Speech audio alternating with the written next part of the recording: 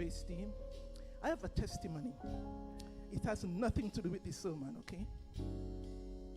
Now, a few days ago, I went with some friends at a beach. Beautiful beach. But along that trail, there's a trail that leads to the main beach, and there are little coves that people can do a little thing privately or with their dogs. And there was a particular area that they called the dog beach. Now, I'm going along with my friends, but I have a different agenda. So as they were walking along, I stayed back and I taking pictures, a little video here and there. And then I so happened to in this little cove, there were some dogs with their owners, 3 of them. And they were running into the water and coming back out and running along with their owners on the beach. And that's cute.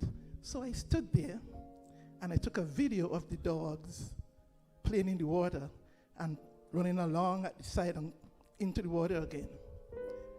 But as I stood there taking the video, one of the dogs stopped and looked at me. In my mind, I said, uh-oh, that dog means business. So I saw when the dog looked at his owner, but probably the owner did not notice that the dog was up to something. So I stopped videotaping and walked off.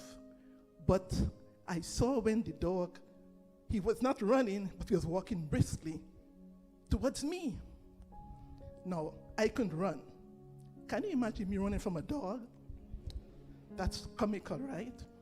So I stood my ground. The dog did not bark. He did not growl, but he jumped up at me. Thank God for my height, because he reached my neck. So I said, okay. When he couldn't get to my neck, he went to my back as though he wanted to push me down. Thank God I have a little flesh on my body, so he couldn't push me down either. Finally, the owners came and called the dog off. So I said, why did the dog do that to me? Apparently, he was kind of excited. But it's kind of dangerous because it was quiet. No barking, no growling. He just was doing his stuff. Now, I hope some of my friends are listening, because if something bad had happened, they would have felt guilty. Because they're a caring bunch.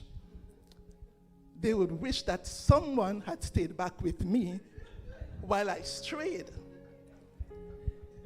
leaving me alone to catch up with them.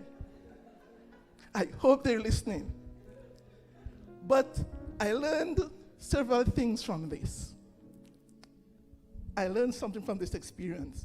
Don't stray from the fold. Anything can happen when you do that, especially when you have to face problems alone. Another thing I learned, those who are in the fold should be aware when someone is want to stray or have strayed, and try to bring them back within the fold. And the next thing I learned was God prepares you for what you will encounter. Why I say this, earlier in the week, I went to one of my clients. They don't have a dog, but their son and wife were visiting with them, and he had a dog, a medium-sized dog. And I'm kind of a little scared of dogs somewhat, the big ones. Not the little feisty ones, but the bigger ones. So as I entered the porch area, I was hesitant going into the living room.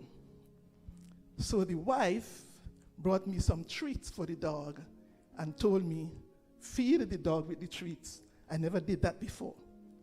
So she placed the treats in my hand. She said, give it to the dog and you'll become friends. So I gingerly did that, and the dog ate from my hands, and he was running around my legs, and so I became friends with the dog. So when things happen in life, You never know. God prepares you. You may think, why something strange happened to you? But later on, you realize, I was not as fearful of that dog that I encountered on the beach because I was prepared with that other dog earlier in the week. God is good all the time. He prepares us. So let us keep trusting in him because he's always there for us. As the song, the team, praise team just sang, he has been good.